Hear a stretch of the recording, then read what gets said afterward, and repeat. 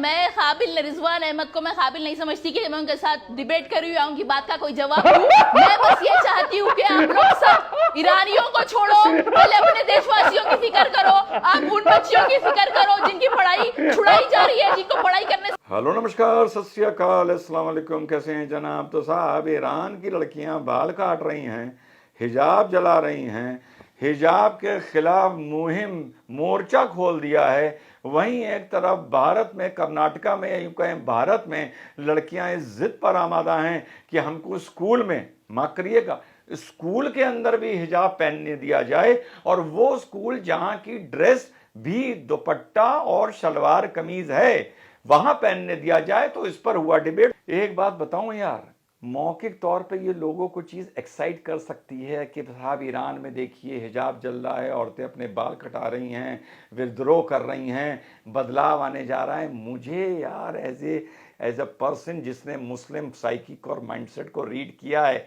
मुझे ये चीज़ें यार बिल्कुल भी इंटरेस्ट नहीं करती हैं। यार ये बाल काटें, हिजाब जलाएं, तब भी मैं ट्रस्ट नहीं कर सकता। ये हिजाब पहने तब भी मैं ट्रस्ट नहीं कर सकता। व्यक्तिगत तौर पे तो कर सकता हूं।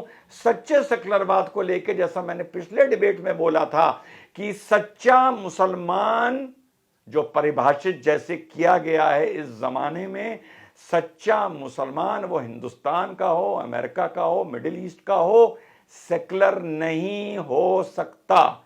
अगर रिजवान अहमद ये दम भरते हैं कि मैं सच्चा सेकुलर इंसान हूं, तो मुझे ये कहना पड़ेगा कि हां, इस परिभाषा से जो इस जमाने को दी गई है मुसलमान होने की, मैं मुनाफिक हूं और मुझे फक्र है कि मैं मुनाफिक हूं। तो मुझे ये चीज इंटरेस्ट नहीं करती। लेकिन जैसा मैंने पिछले वीडियो में बोला था, डिबेट से एक फायदा जरूर हो रहा है कि कुछ हद तक ये लोग एक्सपोज हो रहे हैं। मजा बहुत आया, ये मिल गया, रशीदी मिल गया और साथ में फलकबाजी मिल गई। तो सुनिए फलकबाजी ने क्या बोला, मैंने क्या जवाब दिया, और रशीदी क्या बोला और मैंने क्या जवाब दिया, और आखिर में देखिएगा दोनों के पास मेरी बात का जवाब नहीं था। इतने जलील हैं ये, टीवी पर शायद जलील होने के लिए आते हैं या मेरे हाथों जलील होने के लिए आते हैं। अमीश जी, मैं बोल तो रही हूँ, हमें वो ज्यादा जरूरी नहीं है ईरान में क्या हो रहा है डिस्कस करना। यहाँ पे हमारी लड़कियों का ज्यादा जरूरी नहीं है छीना जा रहा है। लेकिन हमारे कंट्री में हमारा भी कॉन्स्टिट्यूशन है, हमारी कंट्री में तो हिजाब में तो बड़ा सरल सवाल। अरे उनको करने दीजिए ना, उनको करने दीजिए, उनको जो करना है उनकी कंट्री में हो रहा है वो डिस्कस करना ज्यादा जरूरी नहीं समझती मैं। अभी बड़ी अच्छी बात सुनने को मिली अमीश भाई, या यूं कहूं बड़ी दोगली बात सुनने को मिली कि भाई वो तो ईरान का मैटर है, हम क्या जाने, वो उनका कानून है, हमारे देश की, हम अपने देश की बात करेंगे। अच्छा लगा, सुन के अच्छा लगा। अमीश भाई, 3 हफ्ते पहले मैं एक डिबेट में था, चैनल का नाम क्या बताऊं, वहां पर फलक बहन भी थी। जब राजा का मैटर चल रहा था, जब उसने गलत बयान दिया था हैदराबाद का, तो फलक बहन ने यह बोला कि कैसे नहीं प्रोटेस्ट होगा, अभी पूरी दुनिया में प्रोटेस्ट होगा। ये मामूली बात नहीं है, अगर हम रुकेंगे तो वर्ल्ड वाइड प्रोटेस्ट अरे भाई होगा। मैडम, हम रुकने वाले नहीं है। सुनिए मैडम, थोड़ी शांति, इतना बीपी हाई। पूरी दुनिया इसके खिलाफ प्रोटेस्ट करेगी, मुस्लिम मुल्क प्रोटेस्ट करेंगे। 3 हफ्ते पहले तो भाई उस दिन तो आपने पूरे मुल्क से के मुसलमानों से रिश्तेदारी कर ली थी। उस दिन तो सारे 55 मुल्क एक प्लेटफॉर्म पे आ गए। भाई मुझे यार अमीर भाई, अगर इस तरह डिबेट कराना है तो बदतमीजी करूंगा, फिर बदतमीजी करता हूं तो आप कहते हैं रिजवान यार रहम खाओ, फिर बदतमीजी करूंगा। जी एक एक करके दोनों जवाब हाँ, चुप रहो ना। अब फलक जी तो मेरा निवेदन मानिए ना, पर तो रिश्तेदारी कर ली थी, लेकिन आज पांसा उल्टा पड़ गया। तो आज हिंदुस्तान का मुसलमान अलग हो गया। अमीश भाई, म्यांमार में जो मुसलमान मारे जा रहे हैं वो भी उनका इंटरनल मैटर है ना। फिर रोहिंग्याओं से रिश्तेदारी क्यों करते हो? रोहिंग्याओं से रिश्तेदारी करना बंद कर दो। उन्हें कहा उनको गोद ले रखा है, गोद में बिठाते हो, ये भी बंद कर दो। तो गिरगिट की तरह रंग ना बदलो, इंसान बनो, कम से कम इंसान। पहली बात। अमीश जी, मैं रिजवान अहमद को जवाब मैं रिजवान अहमद का जवाब देना चाहती हूँ। जब नबी की बात आती है तो वो नबी की शान के लिए सारी दुनिया के मुसलमान कुर्बान है, तो वो हम कोई दूसरे देशों के मुसलमान को, क्योंकि हमारे नबी सारे दुनिया के मुसलमानों के नबी है, तो हम किसी को रोक नहीं सकते। और ठीक है, अब शाहिदा फलक ने एक हल्की सी गुगली फेंकी और ये कहा कि भाई वो तो नबी का मामला था, इस बारे में पूरी दुनिया की बात कर रही थी। तो फलक बहन, म्यांमार में नबी का मामला नहीं है, वो इंटरनल प्रॉब्लम है।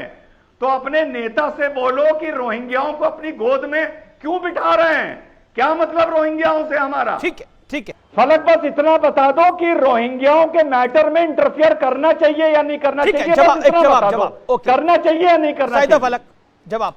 शांत रिजवान को मैं काबिल, रिजवान अहमद को मैं काबिल नहीं समझती कि मैं उनके साथ डिबेट कर रही हूँ, उनकी बात का कोई जवाब दूं। मैं बस ये चाहती हूँ कि आप लोग सब ईरानियों को छोड़ो, पहले अपने देशवासियों की फिक्र करो। आप उन बच्चियों की फिक्र करो जिनकी पढ़ाई छुड़ाई जा रही है, जिनको पढ़ाई करने नहीं, आप मुझे बताइए ना, यहाँ अगर पाकिस्तान के बारे में क्यों बोलूं, यहाँ अगर अफगानिस्तान होता के बारे तो में आप क्यों कहते बीजेपी ने करवा बोलूं, दिया। ईरान के बारे में क्यों बोलूं, मुझसे आप हिंदुस्तान के बारे में पूछिए ना। मेरा मानना यह है, इस ईरान में इस्लामिक रूल होते हैं, आप वहां की तुलना हिंदुस्तान से कर ही नहीं सकते। इसलिए नहीं कर सकते क्योंकि ईरान में इस्लामिक लॉ है, हिंदुस्तान में संविधान चलता है, यहां कानून से हुकूमत होती है। अमीश भाई देखिए, जब तक आप मेरा नाम नहीं लेते बोलता नहीं है रिजवान अहमद जी। अभी किसी ने कहा कि कानून भारत का अलग है, बाहर का अलग है। मुझे पता था इस डिबेट में यही नैरेटिव सेट किया जाएगा, मिस्टर रशीदी सेड दिस, और हमें भारत के कानून से चलना है, ना कि अरब के कानून से। तो अमीश भाई, भारत के कानून में अगर कोई सरकारी एजेंसी सर्वे करने आए तो उसका स्वागत भी जूते चप्पल से नहीं किया जाता, पाकिस्तान में किया जाता होगा। तो या तो भैया पाकिस्तान चले जाओ, हिंदुस्तान में अगर रह रहे हो तो जूते चप्पल से स्वागत नहीं कर पाओगे, करोगे तो बुलडोजर चलेगा। लेकिन आप कहें कि साहब हम जो है प्राइवेट मदरसों का भी करेंगे, तो मैं मुसलमानों से एक अपील करना चाहता हूं कि इस तरह का नोटिस जो भी लेकर आए उसको 2009 का वो कानून दिखाइए और चप्पल जूतों से उनका स्वागत कीजिए। रिजवान अहमद की बात का जवाब। सवाल कीजिए, क्या सवाल? रिजवान अहमद की बात का जवाब। नहीं, रिजवान अहमद की बात का जवाब नहीं दूंगा, आप सवाल कीजिए ना, मैं आपके सवाल का जवाब देने के लिए बैठा हूं। कुछ लोगों को ये लगता है कि जानबूझकर सामने वाले को कुरेदो, जातियात पे बात करो। हम यहां जातियात पर बात करने के लिए नहीं बैठे हैं। एक मसला है कि भाई इस्लाम क्या कहता है, मुसलमान का अमल क्या है, मैंने उस पर बात कर रहा हूं भाई। हर जमाने में, अरे भाई, हर जमाने में बोला है, उसी का जवाब दे रहा हूं। बोलता आपके बीच में, चुप रहो भाई साहब। भाई साहब, मैं आपके बीच में नहीं अच्छा, बोलता, दूसरी बात, मैं आपके बीच आप भारत का झंडा हरा अपने पीछे हर नहीं लगा जमाने सकते। में इस्लाम को बुरा भला कहने वाले लोग रहे हैं, नहीं लगा सकते, हर जमाने में, हर जमाने में इस्लाम को बुरा भला कहने वाले लोग रहे हैं, आज भी हैं।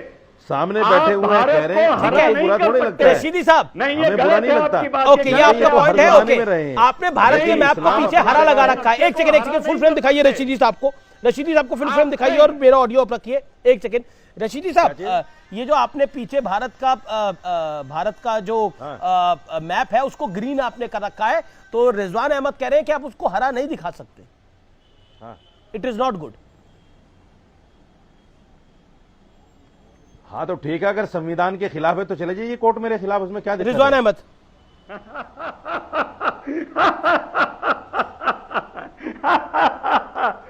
एक मिनट अमीश भाई, बात नहीं करनी है। दरअसल बात क्या है अमीश? जी जी अमीश भाई, इनको छेड़ना है और इस्लाम के खिलाफ, मुसलमान के खिलाफ बोलना है। जी जी जी, बोलिए बोलिए, 10 सेकंड बोलिए। रिजवान अहमद नहीं देता अमीश भाई, मैं 10 ऐसे सेकंड आदमी को दरगुजर करता हूँ, अमीश भाई, 10 सेकंड मैं अहम नहीं अमीश भाई, 10 सेकंड। अच्छा ठीक है रिजवान अहमद, आपको 10 सेकंड दिए। देन साइदा फलक काफी देर से इंतजार कर रही है शांति से। जी, मेरा जवाब यह है कि जिस संविधान की आप दुहाई दे रहे हो, जब उसी संविधान में चुनी हुई सरकार मदरसों का सर्वे कराने के लिए बोलती है, तो तुम बोलते हो उसके जूते चप्पल मारो।